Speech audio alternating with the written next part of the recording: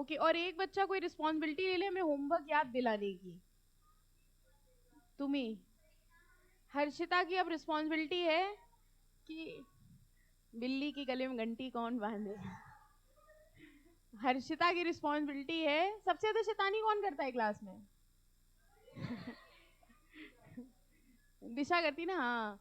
दिशा, तुम्हारी रिस्पॉन्सिबिलिटी है हमको ये याद दिलाना कि हमने होमवर्क क्या दिया था, ठीक है? हाँ, अब वो याद नहीं दिलाएगी ना।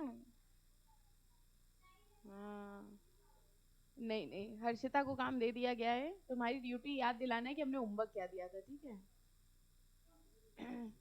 कोई नहीं, तुम चुपचाप हमें मैसेज कर देना बस, ठीक है? हाँ, क्लास की सारी खबरें हमें मैसेज कर दिया करो। जो भी कॉन्फिडेंशियल बात आप हमें बताना चाहें क्लास की, जो आप पूरी क्लास में ना बता पा रहे हो, ठीक है? हमारा नंबर सबके पास है?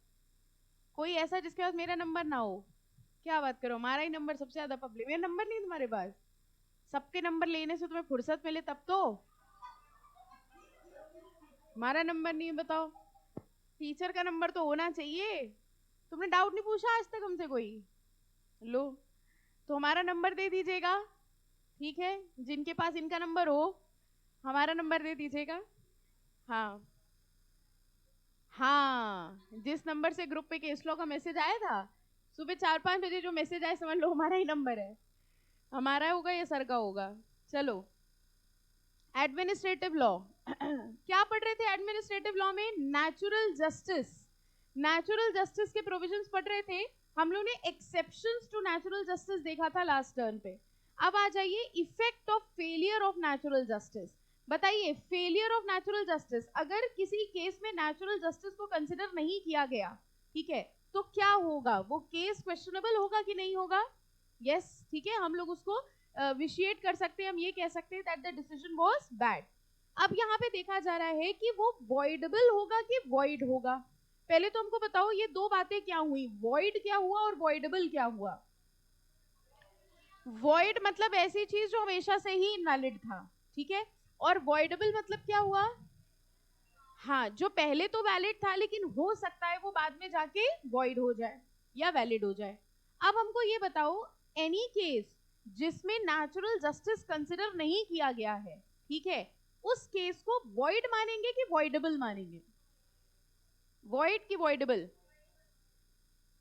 वॉइड की वॉइडेबल? चलो देखते हैं, यही टॉपिक है, बस ये बता रहे थे। तुम दिल छोटा ना करो, मजाक कर रहे थे बेटा। हाँ, इन लोग के ऊपर मत जाया करो, तुम बहुत अच्छे बच्चे हो, तुम पास हो जाओगे हमको पता है, ठीक है? हाँ, परेशान ना हो। परेशान हो गया एकदम। मजाक कर रहे थे, सभी बातें काल्पनिक थी और उनका असली जिंदगी से कोई ताल्लुक नहीं था। When an authority required to observe natural justice in making an order fails to do so, should the order made by it be regarded as void or voidable? अब हम लोग क्या क्वेश्चन डिस्कस करने वाले हैं कि नेचुरल जस्टिस को ignore करने पे अगर कोई डिसीजन दिया गया है तो वो डिसीजन वॉइड होगा कि वॉइडेबल होगा। अब देखिए, लिखा है generally speaking voidable order means that the order was legally valid at its inception. Inception का मतलब क्या हुआ? स्टार्टिंग में। कह रहे स्टार्टिंग में तो वो वैलिड था and it remains valid until it is set aside. तो voidable का मतलब क्या हुआ? वो स्टार्टिंग में तो वैलिड था, जब तक उसको void नहीं डिक्लेयर किया जाएगा तब तक वो वैलिड माना जाएगा। लेकिन जो void होता है उसका मतलब क्या हुआ? On the other hand, a void order is no order at all from its inception. It is a nullity and void ab initio. What is void ab initio? Void from the very beginning. Void ab initio मतलब void from the very beginning. अब यहाँ पर ये देखना है कि natural justice के against अगर डिसीजन दिया गया है तो वो void है कि voidable है। नेक्स्ट टू नेक्स्ट पैराग्राफ की एकदम लास्ट लाइन देखना, इन इंडिया। मिला? ये फाइनल आंसर मार्क कर लो। In India by and large judicial thinking has been that a quasi judicial order made without following natural justice is void and nullity. कह रहे ऐसा डिसीजन स्टार्टिंग से ही invalid है, ठीक है? ऐसे डिसीजन में हम ये नहीं कहेंगे कि पहले वैलिड था बाद में वॉइड हो गया, नो। अगर किसी केस में नेचुरल जस्टिस को कंसिडर नहीं किया गया है तो वो डिसीजन स्टार्टिंग से ही क्या मान लिया जाएगा? वॉइड। तो ये सीधा सीधा क्वेश्चन था, अगर किसी केस में नेचुरल जस्टिस कंसिडर नहीं किया तो वो वॉइड होगा कि वॉइडेबल होगा, इसका आंसर क्या माना जाएगा? वॉइड। चलिए अब नेक्स्ट आइए, ये केस कुछ खास नहीं है। ओके, अब आइए liability of the government public corporation. देखिए अब हम लोग बात करने वाले हैं गवर्नमेंट की लाइबिलिटी की। The liability of the government can either be contractual और टॉर्शियस। पहले तो ये बताओ, टॉर्ट सुना है सबने, क्या होता है? हम लोग ने भी टॉर्ट नहीं किया है ना? कर लिया है इसमें एग्जीक्यूटिव में, कर लिया, हो गया है, हमें याद ही नहीं था। सीरीज में लिखा है लिस्ट में? अच्छा, हमने क्वेश्चन नहीं दिया है, अब दे देंगे, हमें लगा हमने नहीं किया है। चलो, लाइबिलिटी ऑफ स्टेट और गवर्नमेंट इन कॉन्ट्रैक्ट में हम लोग ये पढ़ने वाले हैं सरकार की लाइबिलिटी, ठीक है, कॉन्ट्रैक्ट के केस में और टॉर्ट के केस में। पहले तो हमको ये बताओ, अगर सरकार ने कोई टॉर्ट किया है या सरकारी ऑफिसर ने टॉर्ट किया है तो बताओ क्या सिचुएशन होती थी? लाइबिलिटी सरकार की आती थी कि नहीं आती थी? हम लोग, हाँ, सोवरेन नॉन सोवरेन, हम लोग यहाँ टॉपिक क्या पढ़ रहे हैं अंडरस्टैंड करना। मान लीजिए हमने कोई टॉर्ट किया, टॉर्ट का मतलब होता है रॉन्ग, हमने एक नॉर्मल प्राइवेट पर्सन ने रॉन्ग किया तो क्या इफेक्ट होगा, और अगर एक सरकार के किसी पर्सन ने, गवर्नमेंट एम्प्लॉय ने या गवर्नमेंट ने रॉन्ग किया तो क्या इंपैक्ट होगा। टॉर्ट के केस में हम लोग देखते थे कि वो फंक्शन सोवरेन है कि नॉन सोवरेन है। सोवरेन फंक्शन वो फंक्शन होते थे जो काम सिर्फ सरकार करती है, कोई और नहीं करता, जैसे पुलिस। सोवरेन फंक्शन के केस में उनके ऊपर टॉर्ट की लाइबिलिटी नहीं आती थी, ठीक है। नॉन सोवरेन, इसी में तो विद्यावती वगैरह पढ़ा था ना, अच्छा ठीक ठीक। नॉन सोवरेन फंक्शन वो होते हैं जो काम प्राइवेट भी करते हैं और गवर्नमेंट भी करती है, जैसे गवर्नमेंट स्कूल, प्राइवेट स्कूल। अब अगर प्राइवेट स्कूल कोई गलत काम कर रहा है और उसकी लाइबिलिटी आती है, सेम गलत काम अगर गवर्नमेंट स्कूल ने किया है तो गवर्नमेंट की भी लाइबिलिटी आएगी। हम लोग टॉपिक यहाँ पर क्या पढ़ रहे हैं, आप समझ आ गया? प्राइवेट पर्सन जो गलत काम कर रहे हैं, वही गलत काम कौन कर रहा है? गवर्नमेंट। तो गवर्नमेंट की लाइबिलिटी आएगी कि नहीं आएगी, कह रहे हैं इसको हम लोग दो केसेस में डिस्कस करेंगे, एक टॉर्ट और एक कॉन्ट्रैक्ट। टॉर्ट तो हम लोग डिस्कस कर लिया, सोवरेन नॉन सोवरेन के हिसाब से देखा जाएगा। कॉन्ट्रैक्ट, अब कॉन्ट्रैक्ट का मतलब किसी पर्सन का कॉन्ट्रैक्ट हुआ है गवर्नमेंट के साथ। जैसे मान लीजिए सरकार ने एक टेंडर दिया रोड बनाने का हमको, ठीक है, हमने सारी रोड्स बना दी, लेकिन अब सरकार पैसा रिलीज नहीं कर रहा, हमारा पैसा नहीं दे रहा, तो देयर वाज अ कॉन्ट्रैक्ट जो मेरे और गवर्नमेंट के बीच में एंटर हुआ। हमने अपनी कॉन्ट्रैक्चुअल ऑब्लिगेशंस परफॉर्म कर दी, लेकिन उन्होंने अपनी कॉन्ट्रैक्चुअल ऑब्लिगेशन परफॉर्म नहीं करी। बताओ हम सरकार के खिलाफ केस कर सकते हैं? कर सकते हैं कि नहीं कर सकते? ये क्वेश्चन यहाँ पर है कि गवर्नमेंट की liability in case of contract क्या होगी, ठीक है। वैसे जनरली बताओ कर सकते हैं कि नहीं, कर सकते हैं कि नहीं? कह रहे हैं कॉन्ट्रैक्ट के केस में जैसे लाइबिलिटी एक नॉर्मल प्राइवेट पर्सन पे आती, बिल्कुल वही लाइबिलिटी आएगी if the party is the government, ठीक है। तो दो बातें समझो, liability of the government in case of contract, liability of the government in case of tort. Tort के केस में कैसे डिटरमाइन होगा कि सोवरेन फंक्शन है कि नॉन सोवरेन है। कॉन्ट्रैक्ट के केस में कैसे डिटरमाइन होगा, कह रहे हैं कॉन्ट्रैक्ट के हर केस में जो लाइबिलिटी ऑर्डिनरी पर्सन की आती, वही लाइबिलिटी अराइज होगी गवर्नमेंट की भी, ठीक है। टॉपिक समझ में आया क्या पढ़ रहे हैं? देखिए, लाइबिलिटी ऑफ द स्टेट और government in contract, the constitution of India allows the central and the state government to enter into contract. कह रहे सेंट्रल और स्टेट गवर्नमेंट भी कॉन्ट्रैक्ट में एंटर कर सकते हैं, लेकिन मार्क करना, according to the provisions of a contract with the government, state will be valid and binding only if following conditions are followed। सरकार के साथ किया गया कॉन्ट्रैक्ट सिर्फ तब वैलिड होगा अगर ये कंडीशंस फॉलो होंगी। आप समझ रहे हैं क्या टॉपिक है? सरकार के साथ किया गया कॉन्ट्रैक्ट तब वैलिड होगा जब ये कंडीशंस फॉलो होंगी। कंडीशन क्या है? First, the contract with the government must be made in the name of president और द गवर्नर। आप समझ में आया? गवर्नमेंट के साथ हम जो भी कॉन्ट्रैक्ट करेंगे वो उसमें पार्टी कौन होगा, नाम किसके नाम पे होगा? प्रेसिडेंट के नाम पे या गवर्नर के नाम पे। अगर नेशनल लेवल का है तो प्रेसिडेंट के नाम पे होगा, और अगर स्टेट लेवल पर है तो गवर्नर के नाम पर होगा। अच्छा एक बात बताओ, अगर गवर्नमेंट ने वो कॉन्ट्रैक्चुअल लाइबिलिटी पूरी नहीं करी, जैसा अभी हम लोगों ने एग्जाम्पल लिया, पेमेंट नहीं दिया, तो क्या पर्सनल लाइबिलिटी प्रेसिडेंट की आएगी? प्रेसिडेंट का सिर्फ नाम है, ठीक है, लाइबिलिटी किसकी आएगी? गवर्नमेंट की। तो कह रहे हैं पहली शर्त यह है कि वो कॉन्ट्रैक्ट प्रेसिडेंट के नाम पे होना चाहिए। Second, contract must be executed on behalf of the president. Executed मतलब क्या हुआ? साइंड। किसके नाम पे होना चाहिए? प्रेसिडेंट के नाम पे। कौन साइन करेगा? प्रेसिडेंट या उनके बिहाफ पे कोई पर्सन साइन करेगा। A person duly authorized by the president as the case may be must execute the contract. तो कह रहे हैं अगर आप सरकार के साथ कॉन्ट्रैक्ट कर रहे हो तो वो कॉन्ट्रैक्ट वैलिड तब होगा जब वो प्रेसिडेंट या गवर्नर के नाम पर हो और प्रेसिडेंट या गवर्नर या उनका ऑथराइज्ड कोई पर्सन उसको साइन करे। अगर ये कंडीशंस नहीं है तो गवर्नमेंट के साथ किया गया कॉन्ट्रैक्ट ही इनवैलिड है। अभी लायबिलिटी किसकी आएगी ये बात तो अराइज ही नहीं हुई। पहले तो हम लोग ये देख रहे हैं गवर्नमेंट के साथ किया गया कॉन्ट्रैक्ट कैसा होना चाहिए। ठीक है, अब देखिए नेक्स्ट। हाँ बेटा, हाँ अब जैसे कह रहे हैं प्रेसिडेंट का साइन होना चाहिए तो प्रेसिडेंट थोड़ी सारे कॉन्ट्रैक्ट साइन करेगा। नहीं नहीं नहीं नहीं नहीं, वही गवर्नमेंट जैसे प्रेसिडेंट ने किसी पर्सन को ऑथराइज कर दिया कि वो सारे गवर्नमेंट कॉन्ट्रैक्ट में साइन करेगा, ठीक है, तो वो खुद ही नहीं थोड़ी साइन करेगा सारे। ओके, अब इसमें मार्क करिए, सेकेंड पैराग्राफ मार्क करना। The Supreme Court has made it clear that provisions of 299 are mandatory and therefore contract made in contravention thereof, contravention thereof समझ गए? अगर ये conditions follow नहीं हुई तो सरकार के साथ जो कॉन्ट्रैक्ट किया गया है वो क्या मान लिया जाएगा? void। ठीक है, इस पूरे पैराग्राफ में सिर्फ ये बता रहे हैं अगर हम सरकार के साथ कॉन्ट्रैक्ट कर रहे हैं तो उस कॉन्ट्रैक्ट को करने की 3 शर्तें हैं। ठीक है, पहली शर्त ये है किसके नाम पे होना चाहिए? प्रेसिडेंट के नाम पे, और प्रेसिडेंट साइन करे या प्रेसिडेंट और गवर्नर के बिहाफ पे कोई पर्सन साइन करे। और अगर ये कंडीशंस पूरी नहीं हुई है तो वो कॉन्ट्रैक्ट क्या मान लिया जाएगा? void। अब इसका इफेक्ट देखो, effect of a valid contract with the government, बताना इस लाइन का मतलब क्या हुआ?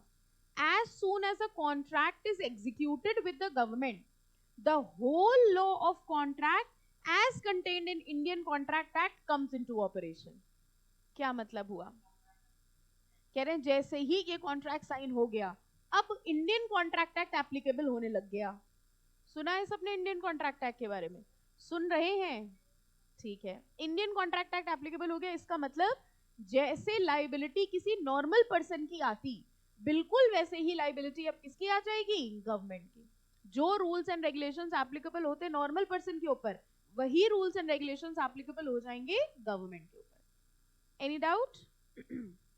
In India, the remedy for a breach of contract with government is simply a suit for damages। Maximum हम सरकार से क्या ले सकते हैं? कॉम्पनसेशन। ठीक है, तो हमारे यहाँ अगर कोई कॉन्ट्रैक्ट गवर्नमेंट तोड़ती है तो उसके खिलाफ केस हो सकता है कि नहीं? हाँ हो सकता है, लेकिन पहले ये चेक किया जाएगा कि वो वैलिड कॉन्ट्रैक्ट है कि नहीं। अगर वैलिड कॉन्ट्रैक्ट है तो हम गवर्नमेंट के खिलाफ केस कर सकते हैं और मैक्सिमम हमको रेमेडी के तौर पे क्या मिलेगा? कॉम्पनसेशन। Any doubt? नॉन, ये अभी कॉन्ट्रैक्ट एक्ट में पढ़ोगे। व्हाट आर द डैमेजेस, क्या क्या मिल सकता है। ठीक है, चलो अब देखिए इसमें कुछ केसेस भी आपको आगे मिलेंगे। पहले कॉजी कॉन्ट्रैक्ट में आओ। कॉजी कॉन्ट्रैक्ट सुना है किसी ने? वैसे हम आपको याद दिला दें ये कॉन्ट्रैक्ट एक्ट आपने पहले भी पढ़ा हुआ है। कहाँ पढ़ा है पहले? ईटी में पढ़ा है ना। जो बच्चे ग्रेजुएशन से आ रहे हैं आई एम श्योर आपके ग्रेजुएशन में भी कॉन्ट्रैक्ट एक्ट था ना। कॉन्ट्रैक्ट एक्ट एक बेसिक एक्ट है जो सब जगह होता है। ठीक है, किसी चीज की भी स्टार्टिंग में कॉन्ट्रैक्ट जरूर होता है। तो इसलिए अब बताओ कॉजी कॉन्ट्रैक्ट क्या होता है? कॉजी कॉन्ट्रैक्ट बेसिकली जो एक्चुअल कॉन्ट्रैक्ट नहीं होते लेकिन उसकी इन्फोर्सेबिलिटी कॉन्ट्रैक्ट जैसी होती है। मतलब जैसे गलती से कोई सामान आपके पास चला गया, या मान लीजिए मेरा यहाँ फोन छूट गया और आपको मिल गया, तो आप क्या करेंगे? कुछ बोल रहे हैं, कुछ बोल ही नहीं रहे हैं, क्या बताएं क्या करें? पार कर लेंगे, है ना। हमारा फोन छूट गया, हमारा वॉलेट छूट गया, उसमें बहुत सारे पैसे थे, ठीक है, वो यहाँ छूट गया, आपको मिल गया, आप क्या करेंगे? ये भी कोई पूछने की बात है ना। क्या करेंगे? वापस करेंगे। क्यों? क्या मेरे और आपका कोई कॉन्ट्रैक्ट हुआ था? फिर आपने हमें क्यों वापस किया? और अगर मान लीजिए आपको मिला और आपने हमें वापस नहीं किया तो क्या हम आपके ऊपर केस कर सकते हैं? ये नहीं है कि हाँ एक ऐसा आंसर आया है। मतलब मेरा वॉलेट छूटा, आपको मिला, ठीक है, अब आप हमें वापस नहीं कर रहे, हमने कहा दे दो, आप कह रहे नहीं देंगे, जो करते बने कर लो, हमने केस कर दिया। हम केस कर सकते हैं आपके ऊपर। क्यों? आप कह रहे हो हमारा कोई कॉन्ट्रैक्ट थोड़ी हुआ था कि हमें मिलेगा तो हम आपको दे देंगे। अच्छा मान लीजिए किसी का ऑर्डर आ गया गलती से आपके घर पर, क्या लेना पसंद करेंगे आप? अमेजोन का कोई ऑर्डर या स्विगी? ये देखो, भूख के आगे कुछ नहीं है ना। अमेजोन अमेजोन छोड़ो, आप कह रहे स्विगी जोमेटो। वो बगल वाले के घर में आने वाला था, आपके घर में आ गया, सबसे पहले आप पूछते पेड है? पता है हमको, सबसे पहले पेड है? उसने कहा हाँ भैया पेड है, लाओ जो भी है दे दो, है ना। ठीक है, वो ऑर्डर गलती से आपके घर आ गया, आपकी क्या ड्यूटी थी? ठीक है, करेंगे कि नहीं करेंगे? ये वापस करना आपकी ड्यूटी थी, और अगर आपने वापस नहीं किया तो आप पे केस हो सकता है। यस हो सकता है, यस हो सकता है।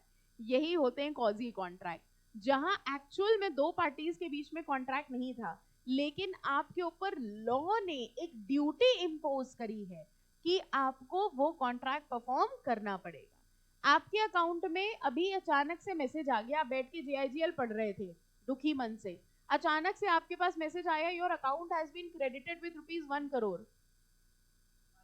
सबसे पहले आप क्लास छोड़ के जाएंगे, क्लास छोड़ो CS छोड़ के जाएंगे, बस रहने दो, इतना ही बर्दाश्त कर सकते थे। ठीक है, तो हुआ क्या, बैंक की एक गलती की वजह से, कई बार ऐसा होता है पता है आपको, बैंक की गलती आपके साथ कभी नहीं हुआ, लकी लोगों के साथ होता है। अच्छा, बैंक की गलती की वजह से लेट से वो डालने वाले थे राम शर्मा के अकाउंट में और चला गया राम गुप्ता के अकाउंट में। ठीक है, तो राम गुप्ता को मैसेज आ गया और account has been credited with 1 crore. बताओ राम गुप्ता की क्या ड्यूटी है? कि वो जाके पैसा वापस करे। अगर मान लो राम गुप्ता कह रहे नहीं आ गया हमारे अकाउंट में, अब नहीं वापस करेंगे, क्या राम शर्मा राम गुप्ता के ऊपर केस कर सकते हैं? क्यों? उनके बीच में कोई कॉन्ट्रैक्ट थोड़ी था। कॉजी कॉन्ट्रैक्ट, कॉजी कॉन्ट्रैक्ट का मतलब जब लॉ आपके ऊपर एक ड्यूटी इंपोज कर रहा है कि आपको ये चीज परफॉर्म करनी पड़ेगी। ठीक है, यहाँ पे कह रहे हैं अकॉर्डिंग टू सेक्शन 70। अब यहाँ कह रहे हैं बताओ कॉजी कॉन्ट्रैक्चुअल लाइबिलिटी सरकार के ऊपर आ सकती है कि नहीं आ सकती है? कॉजी कॉन्ट्रैक्चुअल लाइबिलिटी सरकार पे आ सकती है कि नहीं? इसका बेस्ट एग्जांपल समझिए, हमें टैक्स जमा करना था, हमने गलती ज्यादा जमा कर दिया, ठीक है, सरकार वापस करेगी? तुरंत आता है रिफंड, आपको पता है, तुरंत रिफंड आता है सरकार का। अगर कभी ऐसा होता है कि गलती से कुछ आपने जमा कर दिया, कुछ कर दिया, तो तुरंत रिफंड आता है। अब मान लो सरकार वापस नहीं कर रही, सरकार कह रही है, एक कह रही है एक तो तुम देते नहीं हो टैक्स, अब दे दिया तो वापस नहीं करेंगे, क्या हम गवर्नमेंट पे केस कर सकते हैं? यस कर सकते हैं। कॉजी कॉन्ट्रैक्चुअल लाइबिलिटीज में भी गवर्नमेंट को भी एट पार रखा गया है नॉर्मल लोगों के, जैसे नॉर्मल लोगों की लाइबिलिटी आती है वैसे ही उनकी भी आएगी। According to section 70 of Indian Contract Act, where a person lawfully does anything for another or delivers anything to him, such other person enjoys the benefit thereof. The latter is bound to make compensation to the former or restore the thing so done or delivered. हमने आपके लिए कुछ काम किया और आपने, जैसे इसका एक और एग्जांपल समझिए कॉजी कॉन्ट्रैक्ट का। आपने कभी नोटिस किया जब आप उस पे सिग्नल्स पे जाते हैं, ट्रैफिक सिग्नल पे, तो कुछ लोग आके आपके वो गाड़ी साफ करने लग जाते हैं, तो आप क्या करते हो?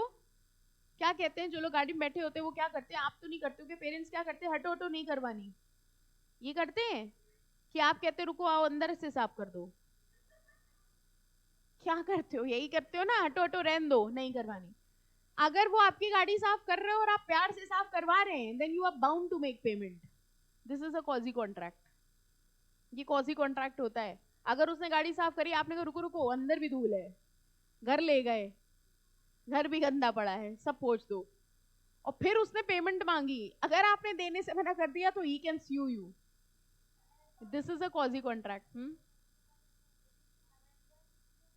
हाँ, वो एक अलग देखो फैक्टर है, वो इसीलिए कर रहे हैं कि उनको देखो नहीं पता कि वो कॉजी कॉन्ट्रैक्ट के अंडर क्लेम करेंगे, कम ऑन, वो तो कर रहे हैं अपने पर्पज से, but I am telling you if they sue, ठीक है, so they can get, because this is a quasi contract. Quasi contract कहता है कि अगर आपने किसी के लिए कुछ किया और उस दूसरे पर्सन ने उसका बेनिफिट एंजॉय किया, ठीक है, नाउ उसको कॉम्पनसेशन देना पड़ेगा। सिमिलरली इसको गवर्नमेंट से रिलेट करके देखिए, अगर मान लीजिए हमने कोई चीज गवर्नमेंट के लिए करी और गवर्नमेंट ने उसका बेनिफिट एंजॉय किया, तो गवर्नमेंट हमें कॉम्पनसेशन देगा कि नहीं देगा? यस, गवर्नमेंट को हमें कॉम्पनसेशन देना पड़ेगा, यानी गवर्नमेंट को भी नॉर्मल लोगों के एट पार रखा गया है। ठीक है, यहां सिर्फ ये बताने की कोशिश करें कि जो लाइबिलिटी नॉर्मल पर्सन की आती है, वही लाइबिलिटी किसकी आएगी? गवर्नमेंट की भी। देखो ये जो अभी हमने एग्जाम्पल दिए, भी सब कॉन्ट्रैक्ट एक्ट में कवर्ड होगा, if the requirement of section 70 of Indian Contract Act are fulfilled, mark कर लेना, even the government will be liable to pay compensation for the work actually done or services rendered by the state. तो अगर सरकार ने आपकी services ली हैं तो सरकार को भी आपको कॉम्पनसेशन देना पड़ेगा, यानी कॉजी कॉन्ट्रैक्चुअल लाइबिलिटी गवर्नमेंट के ऊपर भी एप्लीकेबल होती है. नेक्स्ट देखो है suit against state in tort. ये हम लोग ऑलरेडी डिस्कस कर चुके हैं. टॉर्ट के केस में बताओ सरकार की लाइबिलिटी आएगी कि नहीं आएगी? किस बात पे डिपेंड करेगा? सोवरेन फंक्शन है कि नॉन सोवरेन. इसके आगे लिख लो, topic has been done in the chapter torts. नहीं लिख पा रहे इतना बड़ा, लिख लो ऑलरेडी डन. ऐसे देखने लग जाते हैं क्या बोल गई. ऑलरेडी डन लिख लो, बस डन लिख लो, DONE. डैमेजेस. अब डैमेजेस में आइए.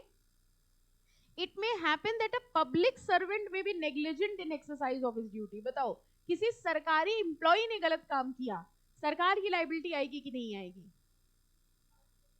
गवर्नमेंट एम्प्लॉय ने गलत काम किया in the course of employment, सरकार की लाइबिलिटी आएगी कि नहीं आएगी? हमको बताओ ऐसी लाइबिलिटीज को कहते क्या थे? विशेरियस लाइबिलिटी. ठीक है, कह रहे हैं अगर किसी पब्लिक सर्वेंट ने, गवर्नमेंट सर्वेंट ने कोई गलत काम किया है तो उसकी लाइबिलिटी किसके ऊपर आ जाती है? गवर्नमेंट के ऊपर. फर्स्ट इंस्टेंस पे तो गवर्नमेंट दे देगी. अब गवर्नमेंट उससे रिकवर करे, नौकरी से निकाले, वो उनका पर्सनल मैटर है. ठीक है, देखिए, it may happen that a public servant may be negligent in exercise of his duty. It may however be difficult to recover compensation from him. From the point of view of aggrieved person, compensation is more important than punishment. Aggrieved person को punishment से ज्यादा क्या चाहिए होता है? Compensation. Therefore, like all other employers, mark करो, like all other employers, state must be made vicariously liable for the wrongful act of its servant. यानी अगर पब्लिक एम्प्लॉयमेंट का कोई पर्सन गलत काम कर रहा है तो उसकी लाइबिलिटी किसके ऊपर आ जाएगी? स्टेट यानी गवर्नमेंट के ऊपर. Any doubt in this?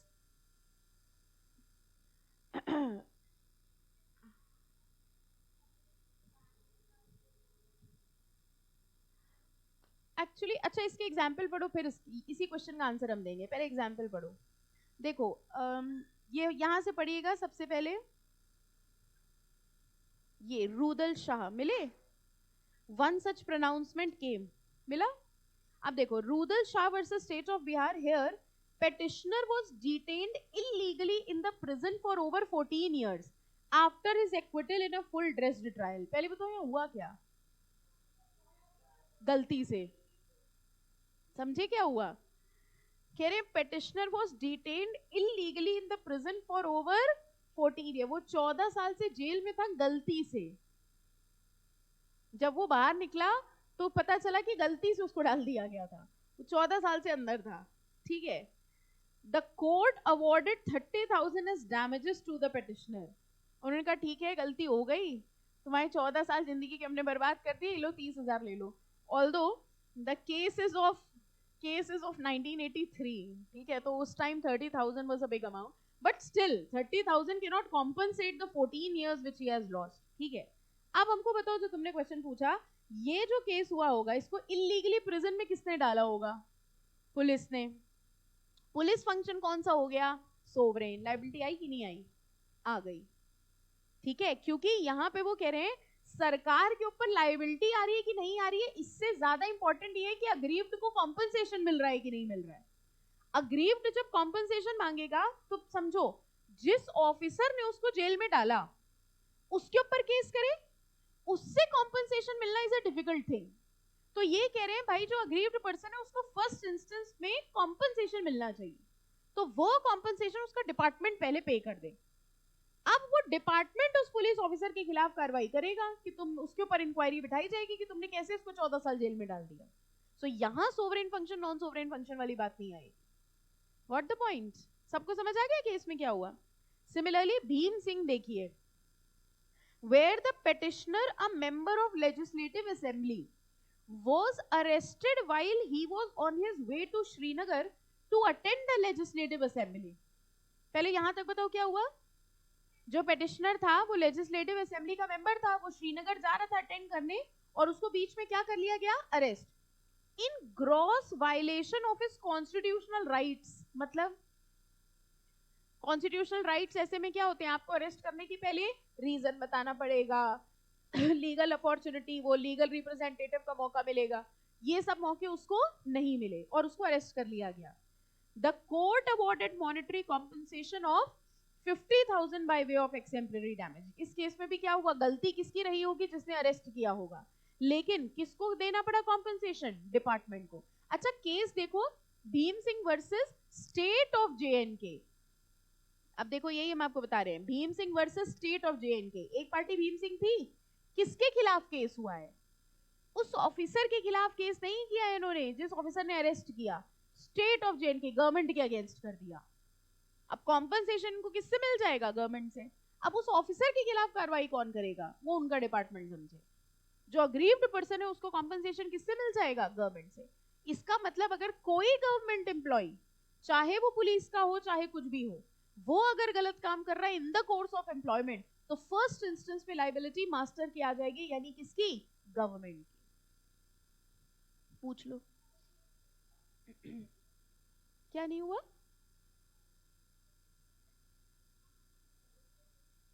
हाँ तो तब तो केस क्यों जीतता फिर वो, अगर उसके पास अरेस्ट का वैलिड रीजन होता तो वे भीम सिंह केस थोड़ी जीतते। केस जीते इसका मतलब इलीगल अरेस्ट था।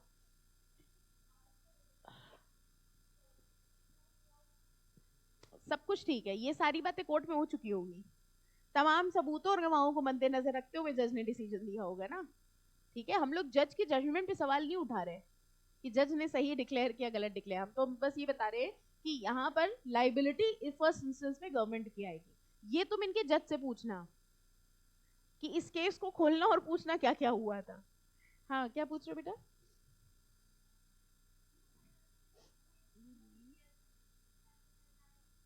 अगर क्या किया,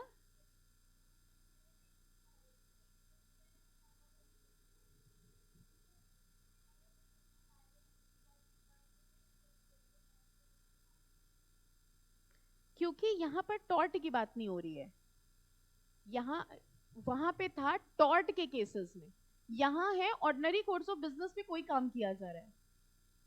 आई यू अंडरस्टैंडिंग, वहां पे है if the tort was committed by a person.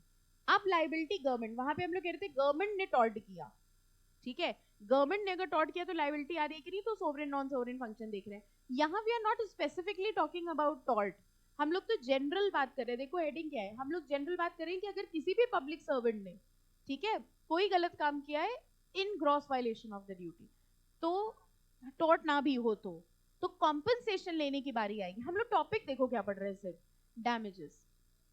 Exactly exactly. जो वहां केसेस थे वहां पर भी जिसका लॉस हुआ था, अगर उसको कॉम्पनसेशन मिलना होगा ना तो फर्स्ट इंस्टेंस में पुलिस डिपार्टमेंट ही देगा।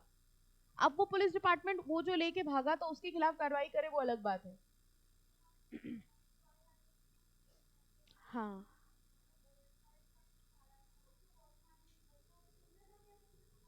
बिल्कुल हाँ, तो डैमेजेस की बात नहीं आई। देखो वही बात है ना, अब जैसे बैंक को इम्प्रिजनमेंट नहीं हो जाएगी, हाँ पर्सन को ही होगी, but the compensation amount will be paid by the government. उसका कारण समझो, कारण ये कह रहे हैं कौन जल्दी कॉम्पनसेशन देगा, बैंक। इसलिए अग्रीव्ड पार्टी को तकलीफ ना हो तो फर्स्ट इंस्टेंस में उनसे दिलवा दे। अब सजा तो उसे, मर्डर करा है तो सजा उसी को होगी। यहाँ they are only talking about damages, ठीक है। इसी तरह देखो और भी केसेस है, ये देखो सहेली, सहेली मिली, अपनी सहेली ना देखना, where the death of a 9-year-old boy took place on account of unwarranted atrocious beating and assault by a police officer। बताओ यहाँ क्या हुआ,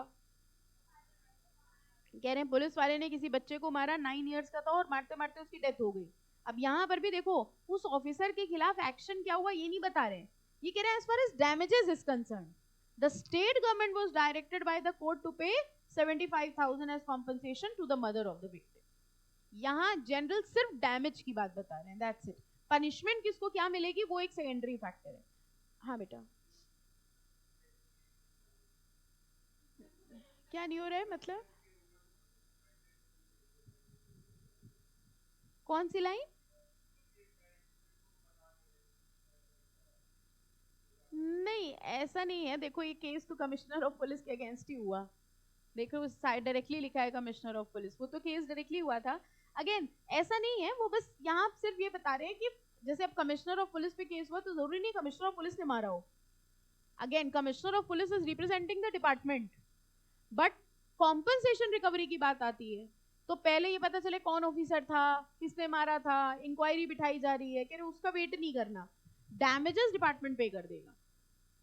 ठीक है, इन सारे केसेस में देखो कॉमन क्या चीज आ रही है, डैमेज। वो ये बता ही नहीं रहे कि सजा किसको हो रही है, वो सिर्फ ये कह रहे हैं डैमेज डिपार्टमेंट पे कर देगा। हाँ बेटा, वही जब हो जाए एग्जाम तब ये सब डिटेल में पढ़ना कि क्या हुआ था। हाँ बेटा, हाँ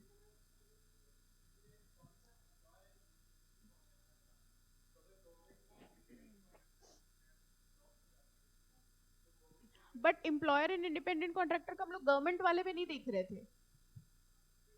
हाँ अच्छा, यू आर आस्किंग कि जनरल केस है, गवर्नमेंट ने इंडिपेंडेंट कॉन्ट्रैक्टर को दे दिया, तो इंडिपेंडेंट कॉन्ट्रैक्टर के केस में 3 सिचुएशंस थे जब विशेष लाइबिलिटी आती थी। अगर वो 3 सिचुएशंस में, कब अब तुम कह रहे हो इतना हुए याद कहाँ, वो 3 सिचुएशंस थे, अगर वो 3 सिचुएशन है तो गवर्नमेंट की लाइबिलिटी आएगी, अदरवाइज नहीं आएगी। ठीक है, वो देखना चाह के 3 लिखे हैं वहां पर। स्ट्रिक्ट लाइबिलिटी का केस था, नेग्लिजेंस था, ठीक है, and when he was authorised by the employer, ये 3 केसेस थे। चलो आगे देखो, लाइबिलिटी ऑफ पब्लिक सर्वेंट, ये हम लोग ने देख लिया already. Liability of the state must be distinguished from liability of individual officer so far as liability of individual officer is concerned, if they have acted outside the scope of their power or have acted illegally, they are liable to same extent as any other private citizen। अब अगर ये word आता है course of employment, अगर उस सरकारी employee ने in the course of employment गलत काम किया है, ठीक है, तो उसकी भी लाइबिलिटी आएगी और डिपार्टमेंट की भी लाइबिलिटी आएगी। लेकिन out of the course of employment क्या है तो लाइबिलिटी सिर्फ उसकी आएगी, डिपार्टमेंट की लाइबिलिटी नहीं आएगी। ठीक है, अब ये जो टॉपिक लिखा है ना paragraph, the term statutory corporation, इसकी हेडिंग नहीं लिखी है इन्होंने, ये हेडिंग है स्टैट्यूटरी कॉर्पोरेशन और पब्लिक कॉर्पोरेशन, और इसके नीचे देखो इसका एग्जाम्पल है और इसके फीचर्स है, यहाँ हेडिंग डाल लो।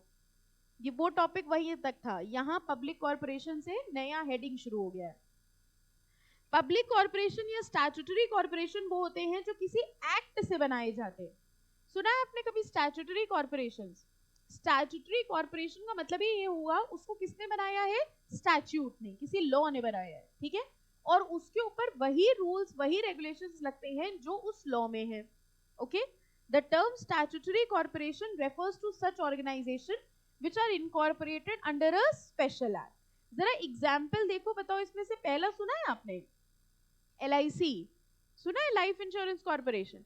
लाइफ इंश्योरेंस कॉर्पोरेशन अपने खुद के एक्ट द्वारा बना है, अब उसके रूल्स क्या होंगे, रेगुलेशन क्या होंगे, ये सब कहाँ लिखा होगा, LIC एक्ट में लिखा होगा।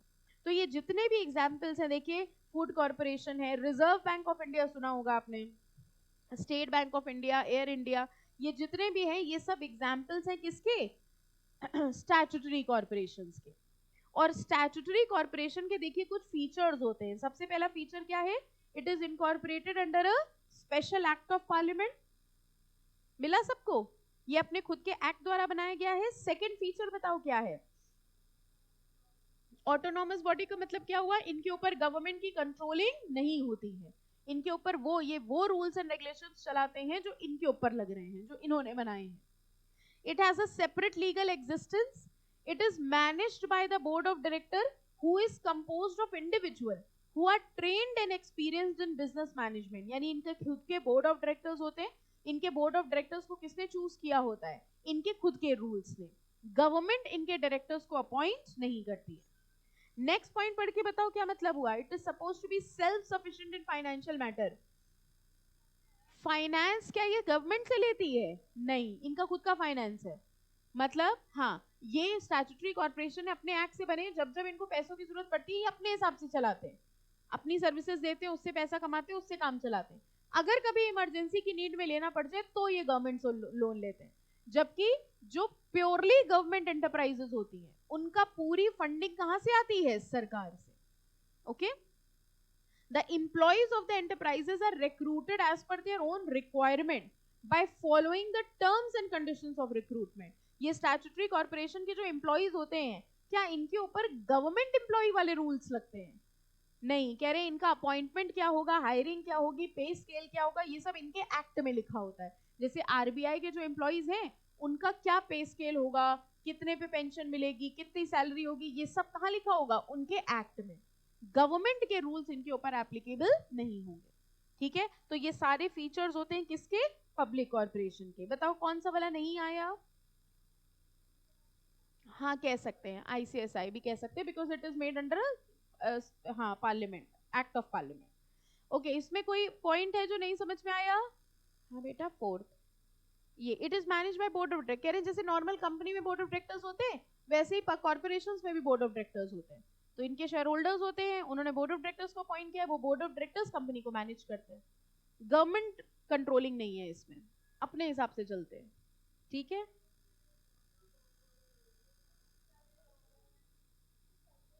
कहां पर? Members of the board are nominated, exactly, nominate कर सकती है गवर्नमेंट, लेकिन इनका प्रोसीजर अपना खुद का होगा। जैसे हम लोग नॉर्मल कंपनीज में भी तो देखते हैं कि अगर कोई फाइनेंशियल इंस्टीट्यूशन या किसी ने लोन दिया तो वो नॉमिनी डायरेक्टर अपॉइंट कर देता है, ऐसे नॉमिनेटेड डायरेक्टर्स होते हैं। तो गवर्नमेंट अपने डायरेक्टर नॉमिनेट कर सकता है, बट उसका प्रोसीजर इनका खुद का होगा, कैसे होना है, कितने होने, ये सभी खुद डिसाइड करेंगे। ओके, और इसमें एक पॉइंट बस लास्ट में मार्क करिए, लास्ट पैराग्राफ मार्क कर लेना। Liability of public corporation for the validity of corporation contract. Validity of corporation contract समझ गया? बताओ कॉन्ट्रैक्ट किसके किसके बीच में हो रहा होगा? कॉर्पोरेशन और नॉर्मल पर्सन के बीच में। The requirement of valid contract are not required to be complied with on principles of vicarious liability. Underline करिए, corporation is liable to pay damages for wrong done by their officers. यहां पर भी वही rule लग जाएगा, अगर statutory corporation के किसी एम्प्लॉय ने कोई गलत काम किया है तो लाइबिलिटी फर्स्ट इंस्टेंस में किसकी आ जाएगी? कॉर्पोरेशन की, क्योंकि रूल वही लग जाएगा, कौन सा? Vicarious liability. They are liable even for tort requiring a mental element as an ingredient like malicious prosecution. सुना है ना मैलिशियस प्रोसिक्यूशन? मैलिशियस प्रोसिक्यूशन मतलब किसी के ऊपर फॉल्स केस करना। अब कह रहे फॉल्स केस करने के लिए कोई इंसान होना चाहिए ना जिसने फॉल्स केस किया हो, वो इंसान हो सकता है इनका एम्प्लॉय हो, लेकिन अगेन डैमेजेस किसको पे करने पड़ेंगे? कॉर्पोरेशन को at the first instance in the course of employment. Absolutely. In India, local authorities like municipality, district board have been held responsible for the tort committed by their servant or officer. ये पूरा topic क्या था आप समझ रहे हो? ये सिर्फ ये बता रहे थे गवर्नमेंट हो या पब्लिक कॉर्पोरेशन हो, इनकी लाइबिलिटी आती है कि नहीं आती है। तो इन्होंने पहले बताया कि गवर्नमेंट की लाइबिलिटी दो केसेस में देखते हैं, किसमें किसमें? कॉन्ट्रैक्ट के केस में और टॉर्ट के केस में। टॉर्ट के केस में तो सोवरेन नॉन सोवरेन वाली बात थी, कॉन्ट्रैक्ट के केस में कह रहे हैं जैसे नॉर्मल की होती है वैसे ही इनकी लाइबिलिटी थी, कॉजी कॉन्ट्रैक्ट भी इनके ऊपर लग जाता है। ठीक है, as far as damages is concern, तो किसी भी केस में अगर डैमेज पे करना होगा तो इनको लाइबिलिटी पे करनी पड़ेगी। फिर उन्होंने कहा पब्लिक कॉर्पोरेशंस का क्या?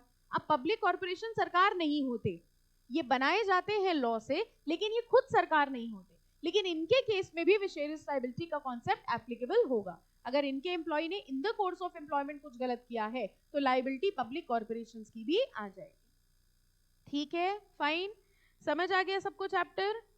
How was this chapter, tough और इजी? समझ आ गया सबको? ये तो नहीं मनी मन सोच लिया ये तो पक्का छोड़ेंगे। टोटल कितने चैप्टर हैं जे जेल में? यही नहीं पता आपको? 18। उसमें से कितने छोड़ के जाओगे? कोई छोड़ेंगे? ठीक है, चलिए, so that's it for your administrative law. Next turn पे ये वाला सेगमेंट हमारा खत्म हुआ। कौन सा सेगमेंट समझ गए?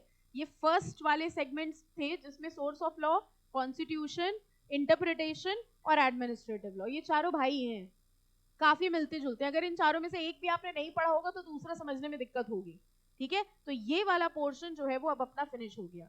ठीक है, मोस्ट प्रोबेबली इसके बाद we will start with your favourite जिसका आप वेट कर रहे थे, है ना, सिविल एंड क्रिमिनल लॉज। ठीक है।